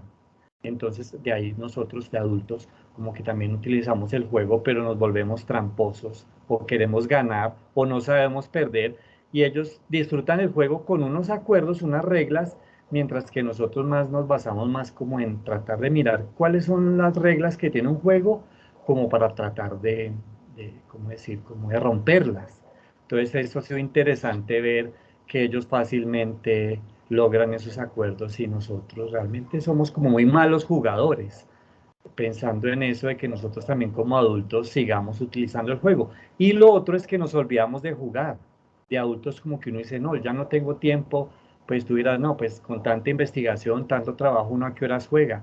Pero yo creo que siempre hay que dedicarle tiempo al juego, incluso en la escuela, a través del mismo juego con los niños tenemos la posibilidad en aula de jugar con ellos y obviamente eso genera un mejor clima de aula o clima escolar. Digamos como que tiene muchos aspectos esos procesos del juego en la escuela. Bien, Carlos, bueno, un segundo interrogante que me surge con tu capítulo es la importancia que le das a esta enunciación de la trampa. O sea, la pregunta es, ¿qué significa hacer trampa en el juego para los niños? Que tú encontraste ahí algo de aplicabilidad enorme. Entonces, por favor, no, nos socializas. Sí, bueno, en ese cambio que tú dices de estar trabajando con adolescentes, que digamos ellos argumentan, tienen un pensamiento crítico y que uno con los imaginarios llega con los niños a la escolarización inicial, a primera infancia, preescolar, 3, 4, 5 añitos con los niños que están en el INEN, que uno piensa que ellos de pronto no tienen todavía ese tema de filosofar, de analizar, de argumentar, de tener un pensamiento crítico. Obviamente, ahí yo especularía en contra de todos esos autores reconocidos que dicen que de acuerdo a las etapas, pues incluyendo Piaget y Vygotsky, que los niños realmente no logran esos estadios sino cuando son más grandes, pero yo pues creo que lo que yo vi en la realidad es que los niños realmente sí tienen una criticidad en su pensamiento con sus pocos años de edad. Entonces, claro, yo en aras de tratar de escucharlos a ellos como un tema de covisualidad y de que sea no la interpretación mía de lo que el niño dice, sino más o menos como el mismo argumento y las mismas palabras del niño, sí, como un análisis del discurso de los niños, comencé a preguntarles, como diseñé una especie de instrumento, obviamente manteniendo todo el tema de respeto, de consentimiento, de ético, ¿sí? Ético en trabajar con los niños, de preguntarles ciertas cosas, ciertos conceptos. Entonces yo les pregunté a ellos qué era corrupción, entre otras cosas, y los niños realmente no podían conceptualizar eso. Y yo les pregunté qué era hacer trampa en el juego, y los niños obviamente eso sí entendían qué significaba cuando alguien hace trampa. Entonces más o menos como que es eso, eso que ellos dicen que lo podríamos equiparar con la corrupción, de que ellos también están en desacuerdo como en esa cultura de la ilegalidad, de obviamente de romper las reglas, de saltarnos las normas, de sacar ventaja, de mentir, de hacer trampa, sí, de engañar a los otros y de con eso yo verme beneficiado. Todo ese tema con los niños a través de esa categoría de trampa en el juego, creo que logré acercarme a lo que ellos podían entender sobre lo que significa corrupción, pues pensando en nuestro contexto colombiano, de que los niños empiezan a ver cómo es el mundo de los adultos y qué pasa, digamos, en el adultocentrismo, ¿sí? En la sociedad. Entonces me gustó mucho llegar a ese ejercicio de poder tratar de equiparar una categoría que es compleja con los niños. Gracias, Carlos. Bueno, algo que me surge leyendo tu texto, o sea, pensaba, es lo siguiente. En algún momento leí algo un estudio que marcaba que la mentira en los niños tan pequeños es un desarrollo de inteligencia. O sea, cuando los niños mienten, entonces porque han desarrollado, pero habilidades, o sea, digamos que es inteligencia y nos mienten para lograr ciertos objetivos. Y entonces pensaba en un jugador de póker, como un expresidente de Colombia que juega póker. Y entonces uno, mientras está jugando, tiene que hacer ciertos gestos para engañar al otro, para, digamos que para poder lograr ese objetivo que sería ganar. Entonces, quería preguntarte por eso, porque es que en filosofía para ser niños no tuvimos en cuenta esa categoría de la inteligencia, sino nos pensamos en lugar de la inteligencia, la imaginación. Entonces, ¿cómo tú ves este asunto? Que pues, es un interrogante que me surgió personal, y entonces les voy a pedir el favor a nuestros participantes que se vayan preparando para lanzar las preguntas a Carlos, ¿vale? Sí, pues ahí hay otro como contenido mitificado, imaginario, las creencias que tenemos sobre que los niños no mienten. Sí, bueno, y como para ponerme en contexto, ahí me salgo un poquito y como estamos con los chistes, hay una adaptación del chiste colombiano, que es que el niño le pregunta al papá, papá, ¿qué es un trío? Y el papá pasa colores y como que yo como le explico al niño ese tema, que ya con esas preguntas como que de índole sexual y de relaciones, entonces el niño le dice, no, papito, un trío es cuando dos hombres están con una mujer o una mujer están con dos hombres y tienen intimidad, lo que hacen los adultos. Y el niño como que se pone a pensar, papá, ¿y entonces qué hacemos con los instrumentos? Eso era más o menos como que el niño se refería a un trío musical y lo llevamos a un tema ya más morboso como que eso. Entonces, bueno, respecto a eso es que el tema, como que todos los procesos en los humanos han ido bajando. El tema del desarrollo, digamos, por ejemplo, en la pubertad, el periodo en las chicas y las eyaculaciones en los chicos, que es más o menos como un límite ahí claro que muestra el cambio de la infancia a la pubertad, cada vez va más abajo. Y en el caso de las mentiras, lo mismo. Digamos que los niños que cuando antes eran, digamos, muy inocentes, no mentían, decían la verdad, ahora ellos, digamos, que están teniendo como más desarrollo, pensando en la inteligencia, ¿no? Un desarrollo del pensamiento que ellos también pueden, obviamente, tratar de acomodar las cosas, de manipular, de no decir todo, o sea, incluso en lo gestual y en lo socioemocional, los chicos también aprenden cómo actuar, pensando en el jugador de póker que con los gestos obviamente engaña a los otros. Los niños también ahorita están haciendo eso con menos años, o sea, que uno se sorprende que incluso hasta en comportamientos sexuales y erotizados, los niños ahora muestran como muchas más capacidades y habilidades en esos aspectos. Entonces es un tema que yo creo que ha ido evolucionando, yo no sé, para bien o para mal en nuestra, en la raza humana, ¿sí? Respecto a eso de que los niños, incluso ya no un término clínico y como tras años que desde pequeñitos aprenden muy bien lo que hace, digamos, como el hostigamiento, el acoso, el matoneo, ¿sí? Hay niños que se vuelven expertos en mortificar a otros, incluso que uno lo proyecta, me disculparán, ¿no? Obviamente son las aseveraciones que yo hago que puedo, pues espero estar equivocado, pero que yo ya lo veo, que hay niños que si uno ve todos esos comportamientos que tienen, uno podría llegar a pensar que pueden ser sociópatas o psicópatas, porque es que lo disfrutan, no tienen, digamos, como pensando en el término del desarrollo moral también en los niños, como que ellos realmente no sienten culpa, realmente sienten mucho gusto de mortificar a otros y cuando la profesora obviamente va a preguntar qué pasa, ellos como que quedan como los más inocentes.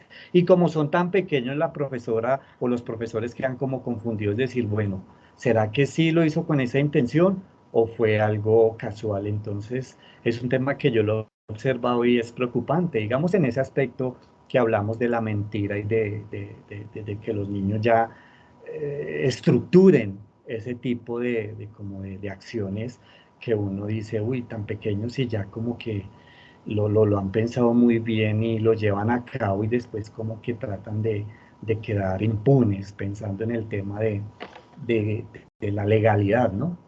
Es un tema bien interesante en los pequeñitos que ya lo estamos como descubriendo de estar trabajando con ellos, ¿sí? Con los niños más pequeños de la edad 6, 7 años, sino muchos más pequeños estamos como descubriendo todo ese tipo de complejidad de siendo tan pequeños y ya teniendo pues como que ese desarrollo, ¿sí? Ah, ya. Sí, Carlos, no, muchas gracias. Bueno, porque acá nos ayuda a matizar algo de nuestra apuesta. A veces, bueno, decimos, bueno, queremos es volver a ser niños, o sea, ¿será que los niños son buenos? O bueno, esta apuesta es filosófica y entonces pues tenemos es un ideal de niños, o sea, vamos es a llegar a ser niños. Bien, me gustaría escucharlos, entonces miramos acá. Marisabel, pues tiene un interrogante para ti, entonces dale, Mari, porfa. Gracias, buenas noches. Pues más que interrogante, bueno, como también maestra y como acompañante también de los procesos que hacemos en la primera infancia, pues yo sí creo que parte de las acciones, de las perspectivas de las niñas y los niños tienen que ver también con su contexto, ¿sí? O sea, yo soy fiel creyente de que todo el tema del contexto donde están inmersas los niños y las niñas inciden totalmente en sus construcciones de sus subjetividades, ¿sí? Y en esa línea, pues seguramente algunas de las conductas que el profe nos mencionaba, más bien yo creo que, bueno, sí hay cosas que son como del ser, pero más bien yo creo que también hay un contexto de una familia, de unas personas que están alrededor que también inciden en que haya una forma de actuar o una forma de pensarse el mundo, ¿sí? O bueno, pensarse lo que está ahí a su alrededor. Es un poco, pues es un tema bastante interesante, creo que habrá cosas como muy de lo natural de los niños, pero personalmente yo creo que incide bastante el tema del contexto para que ese niño o esa niña, en este caso con la mentira, pues posiblemente mencione elementos de mentira desde algo que ya ha vivido en su casa, donde también le mientan, o por ejemplo esas conductas de agresión, pues también estén articuladas con de pronto violencia en su casa. Bueno, yo creo más un poco en esa perspectiva, quería solo ponerlo sobre la mesa para el diálogo que estamos teniendo. Gracias, Mari. Te agradezco mucho. Gladys.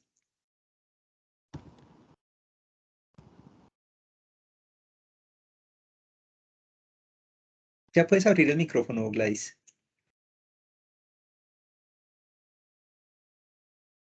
Tengo la felicidad soy docente de preescolar y tengo esa felicidad de poder compartir diariamente con los chiquitos.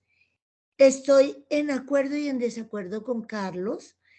¿Por qué? Porque realmente tengo la pequeña, como decía ahí, la pequeña teoría y a partir de la observación, y es que en la actualidad los niños se ven abocados a un desarrollo de la moral de acuerdo al contexto que se está viviendo en familia, uno, y de acuerdo al contexto que le están vendiendo a partir del mal manejo de la tecnología.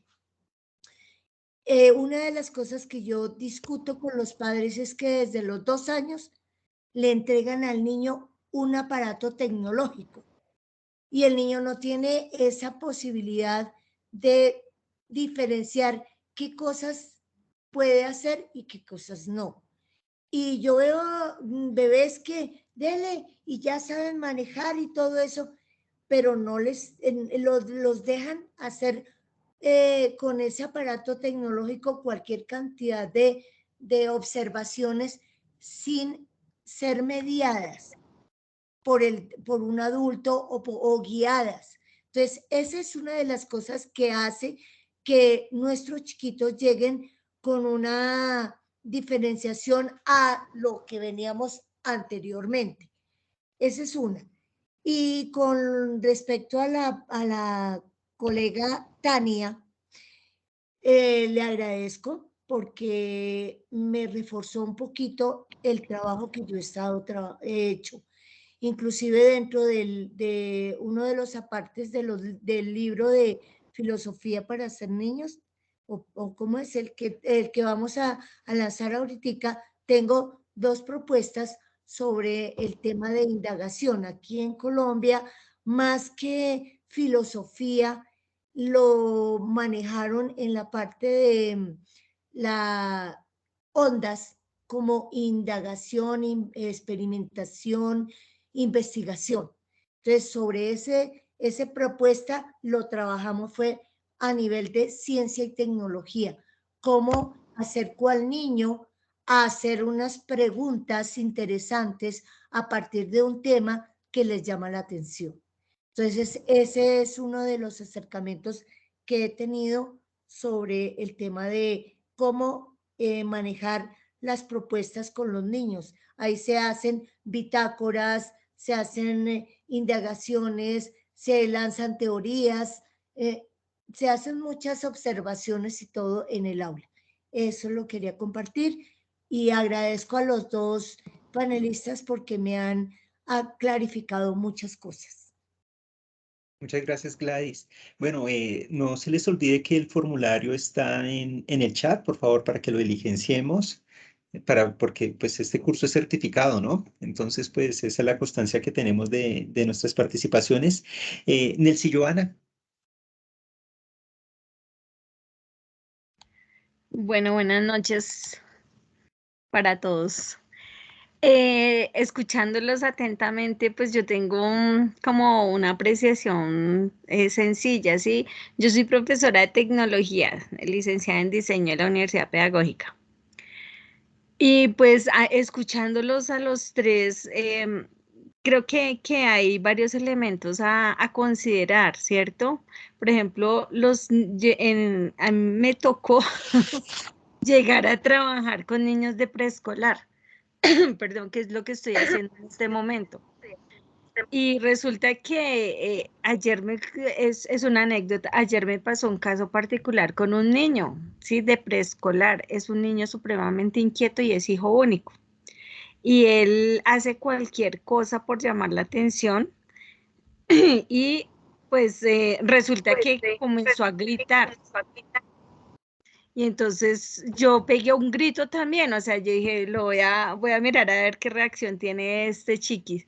Y entonces se quedó mirándome, me dice, llamo a mi papá. Le dije, bueno, llámalo a ver qué nos dice. Y le dije a todos los niños, llamamos al papá de Sebastián, sí, todos ya, sí, bueno, papá. Y le dije, ¿ustedes escuchan lo que el papá está diciendo? Entonces, él me dice, yo no estoy escuchando nada. Le dije, porque tú estás haciendo bulla, pero si tú haces silencio, vas a escuchar lo que dice tu papá. Y es un niño supremamente inteligente, ¿sí? Pero entonces él lo que hace es manipular. Entonces, él va, le tumba las cosas al resto de compañeritos y quiere siempre llamar la atención. Entonces yo le decía a la profesora, a la directora de curso, le dije, él siempre se comporta así. Me dijo, muchas veces se comporta de esa manera. Dijo, pero nunca nadie le había gritado igual que él, entonces le causó como causó en él una reacción diferente. Entonces yo dije, bueno, pues hice alguna cosa diferente que el peladito hizo, pero es persuasivo, ¿sí? Es manipulador. Él quiere hacer lo que quiere y lo hace, y es espontáneo y se tira al piso. Y yo decía, bueno, esto es un comportamiento de lo que llamamos, entre comillas, subrayado y con negrilla, una pataleta. O sea, es como mirar ese concepto de lo que puede ser una pataleta, ¿sí? Eso abonado a que es un niño que le dan gusto en todas las cosas que quiere. Es un niño que usa celular para hacer la acotación de lo que sea la profesora. Es un niño que tiene un manejo y una destreza y una habilidad en el uso del computador y obviamente el celular, pero también es un niño que está, es solo, es solitario, o sea, él se acostumbra a tener ese espacio solo, él quiere estar y dominar el grupo. Entonces, yo decía, aquí hay alguna cosa diferente, porque yo siempre he manejado la formación en tecnología con niños grandes, con niños de media, y resulta que ahorita yo también estoy aprendiendo a manejar a los pequeñitos. Entonces, yo decía, yo no sé, hice un ejercicio de diseño donde yo coloco una estructura doblando un papel para que me resista una botella de agua llena, destapada, de tal manera que si no resiste el peso, la hoja se cae y se riega el agua.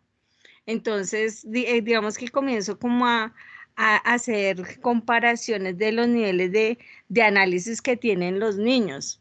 Y entonces, estos niños son de 4 años porque son de jardín. Entonces, y el resultado fue muy similar.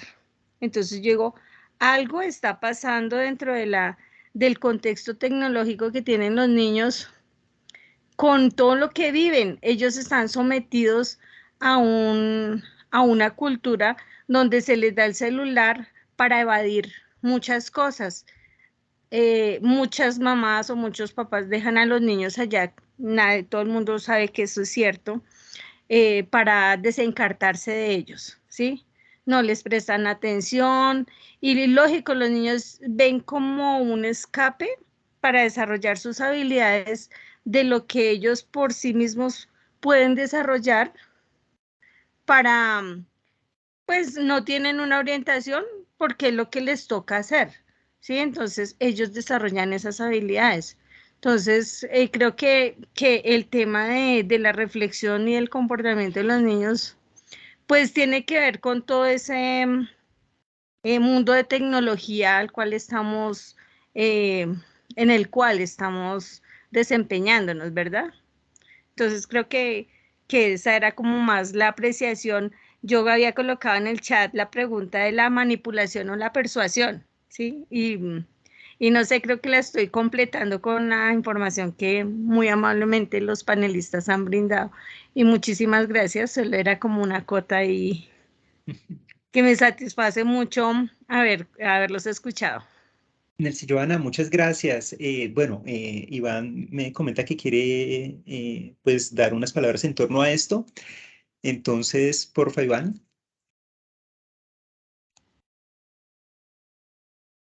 a esto que estamos discutiendo, la intervención de Nelcy y de Carlos, muchas gracias a Tania y a Carlos por las luces que nos han brindado. Al respecto de esto, pues, y contestando, primero voy a contestar una pregunta para integrar todas estas, intentar integrarlas, ¿no? La pregunta que me hacen es al respecto de qué tipo de estéticas, un ejemplo de estéticas que se han perdido, ¿no? Entonces, y después lo vamos a integrar con esta discusión. Por ejemplo, yo estuve últimamente en el Amazonas y a mí me gusta viajar mucho y estar otra vez con las culturas ancestrales.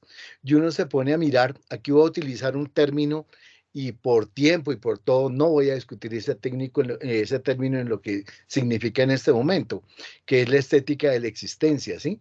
Pero sí lo voy a enviar a que, por ejemplo, las culturas indígenas tienen una relación total de sus objetos, de sus viviendas con su entorno, ¿sí? Y la relación que ellos tienen es directa, o sea, la maloca está directamente relacionada con la posición del sol, con la posición de la luna, y lo mismo hacen con todas sus poblaciones.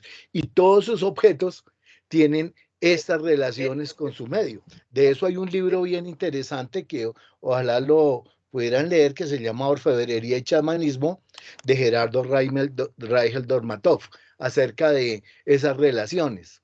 Ahora, con esto, siempre va a haber una relación del niño con su medio y el ser humano con su medio. Estos niños, lo que deberíamos buscar nosotros es que el celular no se vuelva la niñera del niño, sino cómo aprovechamos esta capacidad de estos niños y ese contacto que tienen y esa facilidad que tienen para el manejo de la tecnología, porque uno mismo, yo a mi hija le he pedido que por favor, yo soy maestro también de tecnología, de paso soy colega de Nelcy del mismo programa de la pedagógica, y entonces yo le pedí a mi hija que me ayudara con el celular, porque a ellos les queda mucho más fácil, y es ese acercamiento a sus formas de ver el mundo y a sus relaciones con el entorno.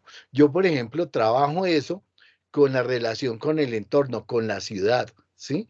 Cómo estos muchachos empiezan a relacionarse con su barrio, con su calle, con su entorno, y cuáles son esas relaciones que se dan, y ponerlos a reflexionar qué relación tienen ellos y qué relación pueden tener como lo tenían las culturas ancestrales. Y por ahí empieza a generarse la pregunta o la excusa que estaba planteando algo de Tania para hacer esa reflexión en círculo al respecto de qué pasa con eso. Por ejemplo, yo lo hago así para motivar a la gente, ¿no? Y al final, lo que yo pienso es eso, ¿no? Lo que deberíamos todos es volver a rescatar ese tipo de motivaciones y esas preguntas al respecto de los intereses que ellos tienen y las formas como se están relacionando, para hacerlos reflexionar y para que eso se vuelva la excusa para hacer esa comunidad de diálogo de la cual nos hablaban.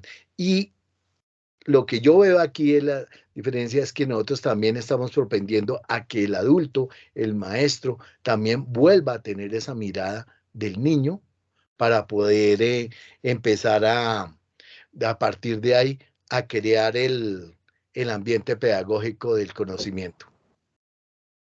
¿Listo? Iván, muchas gracias. Yo les voy a pedir un fa, digamos que en términos de emoción de orden, porque es que dejamos una tarea. Y entonces, antes de contestar las preguntas que están apareciendo en el chat, parece muy interesante la que están planteando, Susana, tenemos una tareita. Y entonces acá tenemos a nuestros 3 panelistas. Y entonces, pues, para que pues, nos apoyen, nosotros dejamos para la semana pasada dejamos una tarea lo más de linda, que es jugar con un niño como un niño. La repito, jugar con un niño como un niño. La dejamos para la semana pasada y que nos contaran su experiencia.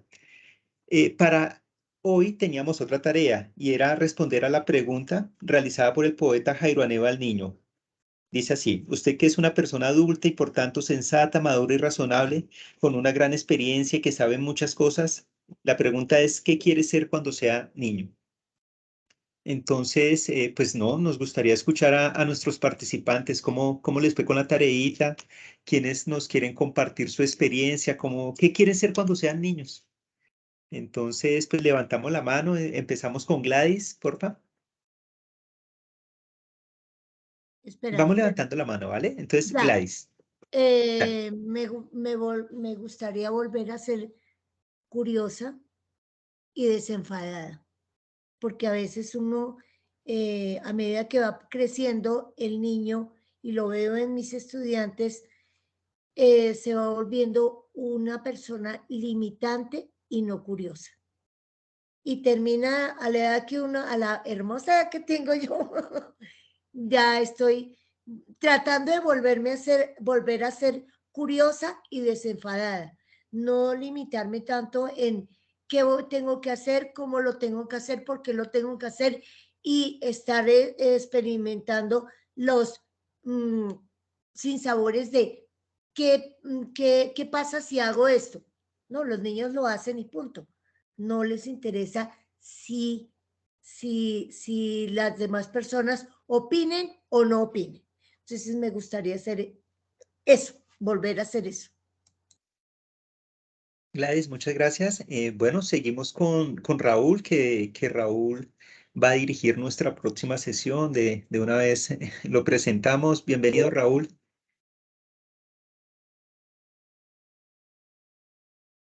Buenas noches para todos y todas. Encantado de estar con ustedes una vez más en el diplomado. Con respecto a la pregunta, quiero retomar un poco el planteamiento que nos hacía nuestro querido amigo Carlos Borja sobre pues, la importancia del juego. Para mí una forma de jugar es a través de la poesía. A mí me gustaría, si se trata de volver a ser niño, seguir recreando el juego de la vida a través de la poesía. Entonces, respondo con un poema que se llama Reminiscencias. Dice, Merlín me llamó con su voz perdida entre galaxias, y mientras mi pensamiento cruzaba milenios, evoqué las palabras que me devuelve al país de las manzanas doradas. El viento susurraba mitos sobre hojas danzantes. Observé todas las flores y en el césped húmedo el rostro de ella. Si algún día vuelvo a sentir su aroma, se despertará en mí el niño mago. Muchas gracias. No, pues a ti, Raúl. Bueno, Raúl, quería, pues bueno, aprovechemos. ¿Tienes alguna tareita para tu sesión de la próxima semana? ¿Alguna recomendación que le quieras dar a nuestros participantes? Bueno, podríamos a manera de tareita, escribirle una carta a nuestro niño o niña interior. Esa podría ser la tarea para la próxima sesión, en la medida en que vamos a recrear la línea de la infancia en concordancia con los talleres que realizamos en una época con varios participantes del colectivo Pensamiento Pedagógico Contemporáneo. Entonces, la tarea consiste en escribir, que además es uno de los ejercicios primordiales que pues Santiago y todos los líderes del colectivo han insistido en invitar al ejercicio escritural. Entonces aprovechemos y hagamos el ejercicio de escribirle una carta a nuestro niño o niña interior. Esa sería la tarea, Santiago. Muy interesante, muy bella. Muchas gracias, Raúl. Las dos próximas sesiones son otro mundo. O sea, estamos terminando el primer tomo, ese, digamos que es el duro, es el de la conceptualización, el del ejercicio del hacer, pero ya viene la reflexión sobre nosotros, es la línea de infancia y corporeidad, un trabajo muy bello. Bueno, vamos a leer acá algo que nos dice Luisa Elvira. Dice, seguir siendo niña, traviesa, desde explorar y observar, desde explorar, observar y expresar a los ojos del otro el asombro de lo que encuentro y la felicidad que soy. Muy bien, podemos ir levantando la mano, porfa, y vamos dando orden. Nelcy Joana nos dice, mi tarea fue esta, quiero ser menos tímida, quiero ser más atrevida y menos reflexiva, quiero ser pianista, diseñadora, astronauta y química. Qué chévere. Edna, quiero ser cuando sea niño libre, condicionamientos morales, libre de perdón, quiero ser cuando sea niño, ahora sí, libre de condicionamientos morales, solamente jugar de manera auténtica, divertirme sin saber qué juego. Qué bonito. Carlos Alberto nos dice que no podemos perder este estilo escritural de la poesía, pensando en la narración oral. Leerle poesía a los infantes es otra forma de aprender nuestro bello idioma y aumentar el vocabulario de ellos. Bien. Mario, hermosísimo poema. El autor, Raúl, si no lo recuerdas, porfa, para Mario. Y bueno, ¿quién más desea compartir la tarea? Estamos desjuiciados. Es un poema de mi obra Estrella del Alba. Ah, es tuyo. Sí, sí. Qué maravilla. Muchas gracias, Raúl. Bueno, la otra semana ojalá nos comentes algo pues bueno, de tu obra. Qué bueno, Raúl. Vale, entonces aquí tenemos a Susana, dice, mi tarea la resumiría que para volver a ser niña tendría que empezar a desaprender muchas cosas para abrir mi mente y ver al igual que los niños el mundo con más asombro. Muy bien, y la otra sesión es de asombro, entonces qué chévere y exclusivamente pues el trabajo de Raúl es el asombro en la autobiografía de la maestra, ¿no? Entonces va a ser muy bueno. Bueno, a Mario le encantó tu poema. ¿Vale? ¿Quién más desea compartirnos su tareita? ¿Qué van a hacer cuando sean niños? Iván, bueno, si quieres leerlo tú, Iván. Eh, dale. No te Sí, escuchamos. tengo Ya. las dos tareas. La primera fue un acercamiento a los niños de preescolar, lo mismo que le pasó a la compañera Nelly Yaima, que es volver a trabajar con ellos y yo preparé todo un taller sobre color, sobre manejo de color y combinaciones y eran niños de primerito y preescolar y ellos empezaron a combinar colores y a combinar colores y combinaron y se confundió la hoja con la mesa y con la blusa de ellos y se obtuvo una gigantesca mancha negra y lo más interesante es una gran sonrisa que se dibujó al final del proceso. Y yo entiendo que es volver a tener ese disfrute. ¿Qué me gustaría cuando, si volviera a ser niño, que ser cuando sea niño, es volver a disfrutar la alegría del acercamiento al aprendizaje y la experiencia de conocer esa alegría que les vi a ellos cuando jugaron con los colores y lograron al final pues una hermosa mancha negra y esa gigantesca sonrisa disfrutando todo el proceso. Eso sería. No, muchas gracias, Iván. Bueno, yo creo que una o dos participaciones para finalizar, digamos que este informe de nuestro trabajo de la semana. ¿Alguien más desea compartirnos qué quiere ser cuando sea niño? Ángela, hola, nos dice retomar el sentimiento de agradecer y la espontaneidad. Muy bien. ¿Alguien más? Bueno, entonces, pues siendo así, entonces volveríamos de nuevo a nuestro panel. Hay unas preguntas. Tania, por acá hay una para ti. Em, bueno, pero acá Luis Alberto nos dice libre y Gloria Amparo, muy bien, Luis Alberto, y Gloria Amparo nos dice quiero aprender jugando, reír y divertirme cada día, sentir a mi profe a mi altura, perdón que se me movió el chat, sentir a mi profe a mi altura y decirle cada día que la quiero mucho por los grandes saberes que me comparte, qué bonito.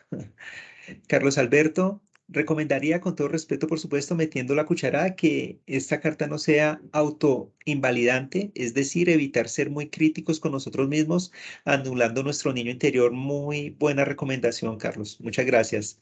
Efraín nos dice retener la creatividad, la imaginación y la creatividad. Muchas gracias. Bien, entonces volvemos a nuestro panel. Bueno, Tania, por acá hay una pregunta, creo que es de Susana. Yo la había visto por aquí. A ver si la encuentro. Entonces, sí, acá Susana nos comenta lo siguiente, dice, me gustaría saber qué estrategias utiliza la profe Tania para aterrizar términos y conceptos filosóficos que por lo general son especializados desde el lenguaje, para que los niños más pequeños los puedan comprender y asociar con su realidad. Entonces, Tania, por favor. Sí, gracias. Voy a aprovechar para contestar la pregunta que ya le puse ahí una respuesta breve de qué son las preguntas filosóficas, porque ahí nos va a dar, voy a retomar las dos preguntas, ¿no?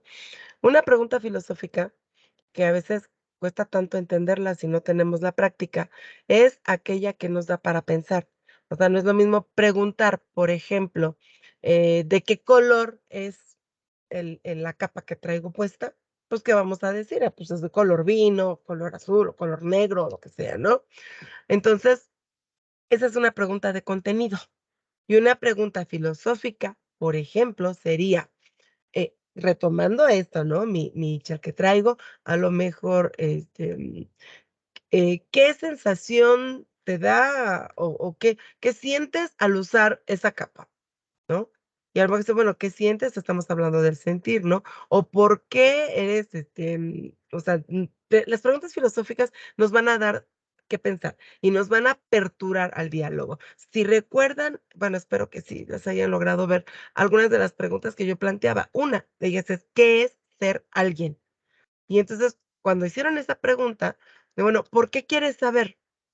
Y el niño decía, pues es que en la casa siempre dicen, estudia para que seas alguien en la vida. Y es que alguien en la vida, pues es el que tiene una carrera, el que ya hizo una casa, el que tiene un carro, el que se casa, el que tiene hijos. Ajá. Y el que no hace nada de eso, no es alguien. Y esas preguntas planteadas por niños de segundo de primaria, ¿no? Otra, ¿qué se siente ser humillado? Ahí estamos retomando cuestiones de valor, ¿no? O sea, la humillación, que obviamente la humillación es un valor, esa es una acción, ese es un contravalor. Pero entonces, ¿cómo explicarles? Ahora, ya expliqué que son las preguntas filosóficas. ¿Cómo explicarles a los niños pequeños? Créanme, de verdad, que los niños pequeños no necesitan a veces un lenguaje tan especializado para poder considerar que están hablando de conceptos filosóficos. Sí, ellos son muy espontáneos. Más los niños pequeños de preescolar son muy espontáneos y son muy de no tener pena y de decir. Por eso es que se les da la apertura, ¿no? Y más de la comunidad de diálogo, los niños sí son muy, muy, muy espontáneos, ¿no? Una ocasión, por ejemplo, en una comunidad de diálogo que además se puede transversalizar con las demás asignaturas. O sea, aquí tenemos español, matemáticas, ciencias naturales, geografía, historia, demás, ¿no? Entonces los niños relacionan lo que vemos en las comunidades de diálogo con las demás asignaturas. Y estábamos viendo, me acuerdo, el origen de la vida, ¿no? La teoría del Big Bang, la gran explosión y demás. Y entonces un niño dice, a ver, maestra, yo tengo una duda, pero muy grande. Y yo, a ver, ¿qué pasó? Y me dice, a ver, si el origen de la vida, pues fue Adán y Eva, ¿no? Y entonces Adán y Eva, pues tuvieron dos hijos, Caín y Abel. Y Caín, que era el malo, mató a Abel. Y entonces nada más se quedó Caín y Adán y Eva. ¿De dónde salieron todos los demás habitantes del mundo? Tremenda pregunta, y pregunta filosófica además, ¿no? Niños de quinto grado de primaria.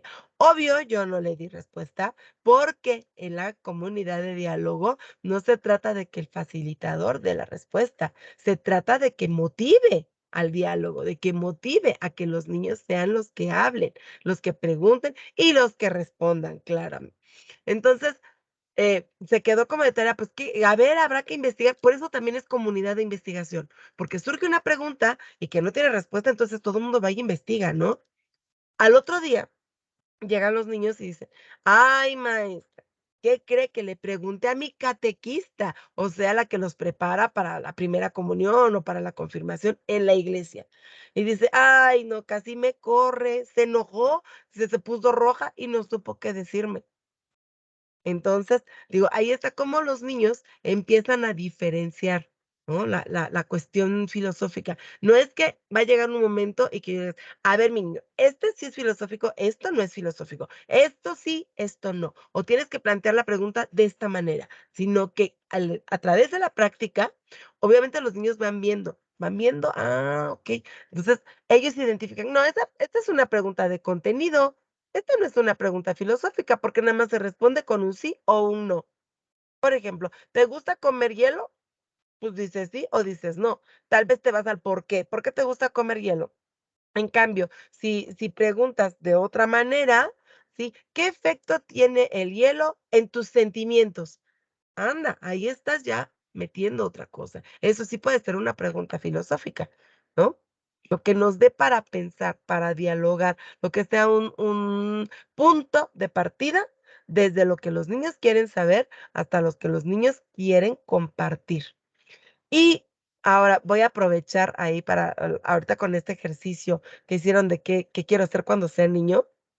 En algún momento, en alguna intervención que tuve, hablábamos precisamente de las infancias, ¿no? Y Walter Cohen lo dice muy, muy puntualmente, siempre seremos niños. O sea, no hay que dejar de ser niños, hay que seguir pensando como niños y no así como que pensando como niños porque la vida no nos importa, porque la tenemos resuelta, porque hay adultos que cuidan de nosotros. No, sino precisamente por la inocencia, por la espontaneidad, por la ingenuidad, por el no tengo pena y pregunto, ¿no? Que eso es lo que caracteriza muchas veces a los niños preguntones. Dice luego los niños, ¿cómo lo callo? Ay, es que pregunta y pregunta cuando están en la edad del por qué. ¿Y por qué esto? ¿Y por qué esto? ¿Y por qué aquello? ¿Y por qué? ¿Qué tenemos ahí? Un preguntador filosófico en potencia. ¿Qué tenemos que hacer? Ah, preguntarle a lo mejor por qué quiere saber y que él mismo se vaya contestando. Entonces, o él está buscando sus respuestas, pero si nosotros no le damos esa pauta para dialogar, pues obviamente esos pequeñitos se van a quedar con sus dudas, ¿cierto?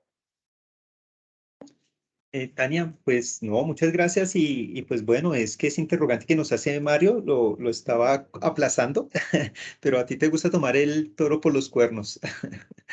Eso está muy bien. Vale, acá nos hacen un, bueno, Susana, te da las gracias. Acá primero, Carlos Alberto nos dice, como los mejores investigadores, los niños son unos grandes pensadores que naturalmente se plantean todo el tiempo preguntas de investigación y también preguntas filosóficas del mundo, de la escuela, de su familia, de sus pares y de sí mismos. Muchas de ellas nunca las sabremos precisamente porque vamos enseñándoles a no preguntar tanto. Muy bien, bueno. Y Lucena nos dice, ¿qué quiero ser cuando sea niño? Alimentando nuestra discusión, quiero jugar con mis amigos, correr, saltar, tener una profe que me entienda y que me ame. Que mis amigos, que compartir con mis amigos, lo que trae. Entonces, no, muy bien.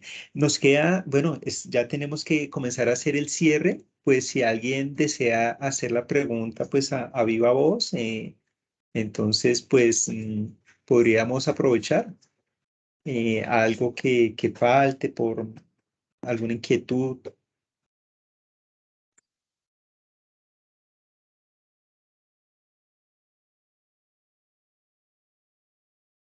o nuestros panelistas que consideren pues a partir de la lectura del chat, que consideren que nos falta para dar cuenta de algún interrogante.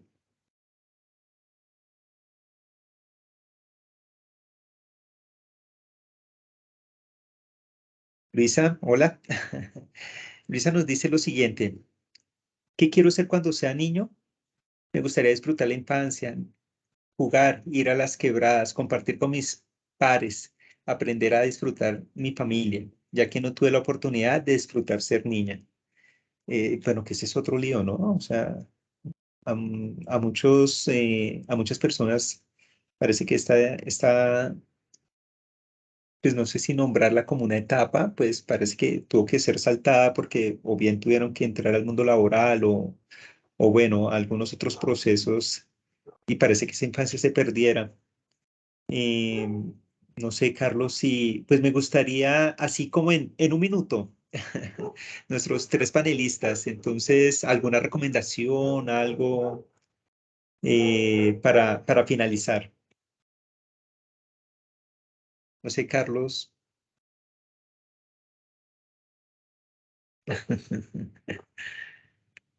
Iván. O para despedirnos, ¿qué harías? Después te la contesto, Nelson. En 20 días tengo que contestarla cuando me corresponda esa sesión. Gracias, Nelson.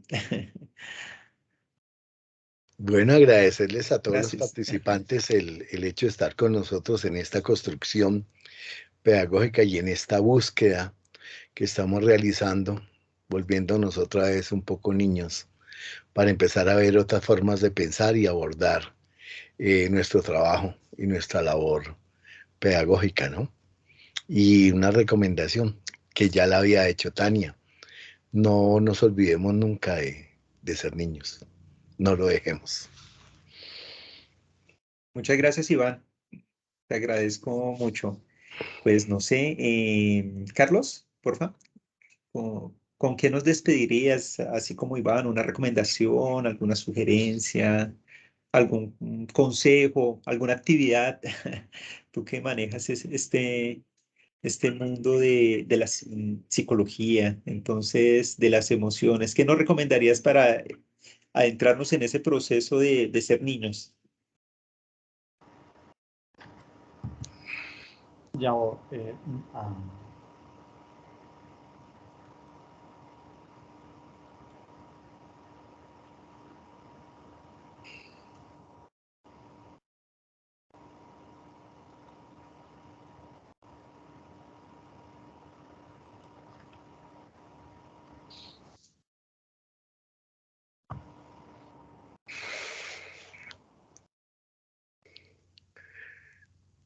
Nos quedamos.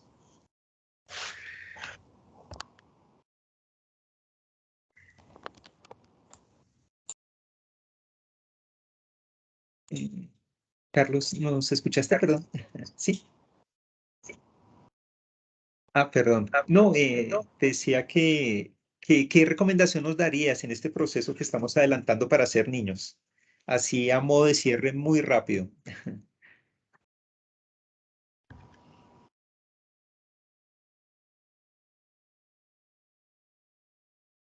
No, creo que Carlitos no, no me escucha.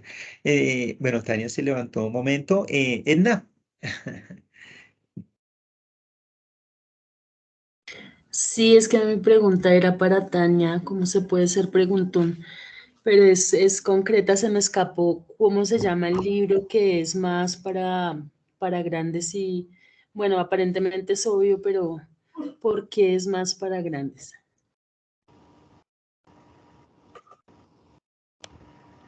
ya tengo Vale, audio, Tania. sino que es que no tenía audio. Ah, vale, entonces, Carlitos, si me No, permites, entonces para que responda Tania la pregunta de Edna. sí, Y, claro. y cierras, o sea, sería el cierre de Tania y entonces tú nos das la recomendación final, ¿vale? Bueno, Entonces, en orden, seguiría Tania. Bueno, me preguntan de grandes, está este que es Hannah, ¿sí? Es este como el que les puse yo en la presentación, es el que está hasta el último. Pero también está Suki y está Mark, que es lo Marcos. Bueno, es que aquí tengo, déjenme ver. No, Mark no lo tengo aquí. Pero el de Hannah para más grandes, como para secundaria y para bachillerato. Pero aquí lo importante, además de tener las novelas y de conocer las novelas, es de tener los manuales y conocer los manuales y cómo se utilizan junto con las novelas. Y a lo mejor me van a decir, ¿y dónde se puede aprender eso? Ah, lo pueden aprender conmigo en mi diplomado de filosofía para niños, que está por iniciar la próxima semana y que es internacional porque es en línea, nada más que creo que coincidimos porque yo lo voy a hacer los jueves de 5 a 8 de la noche, hora de México. Son 10 sesiones. Ay, gracias, Tania. No, muchas gracias por la invitación. Sí, sino que coincidimos, bueno, porque estamos finalizando, nos quedan 4 sesiones a partir de la otra semana. Muchas gracias, Tania, y de verdad muy agradecido por esa gentileza de acompañarnos acá. Bueno, Carlitos, haz el cierre, haciéndonos, recomendándonos, regañándonos, orientándonos. ¿Qué Sí, debemos hacer para llegar a esta meta de ser niños? regañando a nuestro niño interior. Bueno, sí, pensando en eso, y pues gracias por la invitación y el cierre. Yo he visto en los trabajos que hacen las profesoras y docentes que trabajan con esta población, con preescolar y con primaria, que es su quehacer diario. Sin embargo, yo pues las alentaría a que lo publicaran, a que lo sistematizaran, a que lo mostraran, porque yo he visto trabajos muy bonitos que, como en ese imaginario que tenemos de que entre más pequeños somos, como más cuidadores, que está en las familias, de decir, bueno, las profes de preescolar son más cuidadoras que pedagogas. Y resulta que ese conocimiento uno ve, por ejemplo, los docentes que hacen maestría y doctorado, que ellos ya como que dicen, no, pues yo ya no me veo como que en un colegio, yo tengo que estar en un ámbito universitario.